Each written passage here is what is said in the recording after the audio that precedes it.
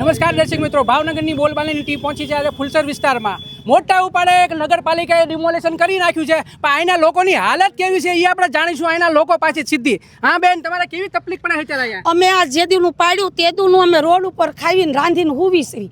હવે અમારે ક્યાં જવું? અમને મકાને નથી દીધું તો અમારે ક્યાં અમે બધા જઈએ? મારા છોકરાને ટેમ્પાની હેઠે હુવરાવી, ધણી બહાર ધંધો કરવા નથી જઈ શકતો.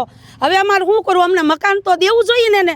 આખી રાત જાગીશું, આખી રાત હુતા નથી ખાતા નથી પીતા, આખી રાત અમે બહાર ને બહાર રહીશું. અમારા કૂતરા મીંદડા અમારી હારવાર ઈ તડપે છે. અમારે એને શું દેવું? ઘરમાં કાંઈ અમારું છેમાને બધા રોડવાઈ ગયો, અડધો આમ. ઘર હોય તો અમે મેકી શકીએ ને, ઘર વગર ક્યાં જાવી? અડધાને ફાળવ્યા છે, અડધાને નથી ફાળવ્યા. પછી એમ કે તમારા ડોક્યુમેન્ટમાં આમ છે, તમારા ડોક્યુમેન્ટમાં એમ છે, એમ કરીને બધાને કાઢી નાખ્યા છે. બરોબર છે? 17-18 જણા છે, એને મકાન નથી મળ્યા. બધા રોડના કાંઠે છે ને બધાનો સામાન રોડના કાંઠે પડ્યો છે ને બધા સાંજે મંગાળો કરીને રોડના કાંઠે જમે છે. તમને પહેલા કીધું તો તમને મકાન આપશું પાડીને? બધાને કીધું તું તમારે જે તમારી જગ્યા પાડશે, તમારે આખી ફાઇલ બનશે, તમને બધાને મકાન આપશે. અમુકને મકાન મળ્યા, અમુકને નથી મળ્યા. જેને નથી મળ્યા એ બધા રોડના કાંઠે છે. મારું માજી શું કેવું? અમારું કેવું એમ છે, અમને એમ કીધું કે 18 મીટરનો રોડ છે, રોડ પૂરતું છે, બધું પાડી લીધું.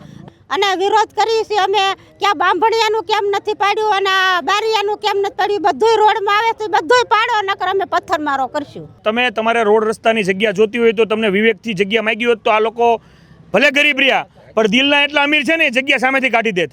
આ લોકો સાથે 60 વર્ષથી જે લોકો અહીંયા રહેતા હોય એની સાથે આવો રાતોરાત દગો કરવો ને એ આ યોગ્ય નથી. ભાજપને જો શાસનની ડિમોલેશનની એટલી જ પીડી હોય તો આ બોર્ડ તરફ ફરતું દબાણ છે જે ઉદ્યોગપતિઓને બિલ્ડરે કર્યું છે એ ખાલી કરીને બતાવે તો સાચા સાચકો માનું.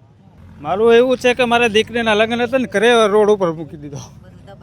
લગ્ન અહીંયા જ કરજો એમ કીધું હતું કે 2 મહિના નહીં પાડીએ ને પછી પાડી દીધું તાત્કાલિક. અમે સામાન ભેગો ન કરીએ, ક્યાં કાઢી ન ક્યાં, અને બધું દબાવી દીધું ને બધું અંદર તોડી. પહેલા તમને 2 મહિના નહીં પાડ્યું એમ? હા, એવું કીધેલું હતું, પણ એને અમે ઓળખતા નથી. એમ કહીને ગયા કે 2 મહિના લગ્ન થઈ જાય ત્યાં સુધી નહીં કાંઈ કરીને તમારી વ્યવસ્થા કરશું પછી પાડશું, પણ તાત્કાલિક પાડી દીધું. એવી જાણ નથી અમને કરેલી. અમારે એમ કે નહીં પાડે એમ તો અમે સામાન કેમ લઈએ? એટલે બધું અમારો સામાન દબાઈ ગયો અંદર મારી સોડીનો.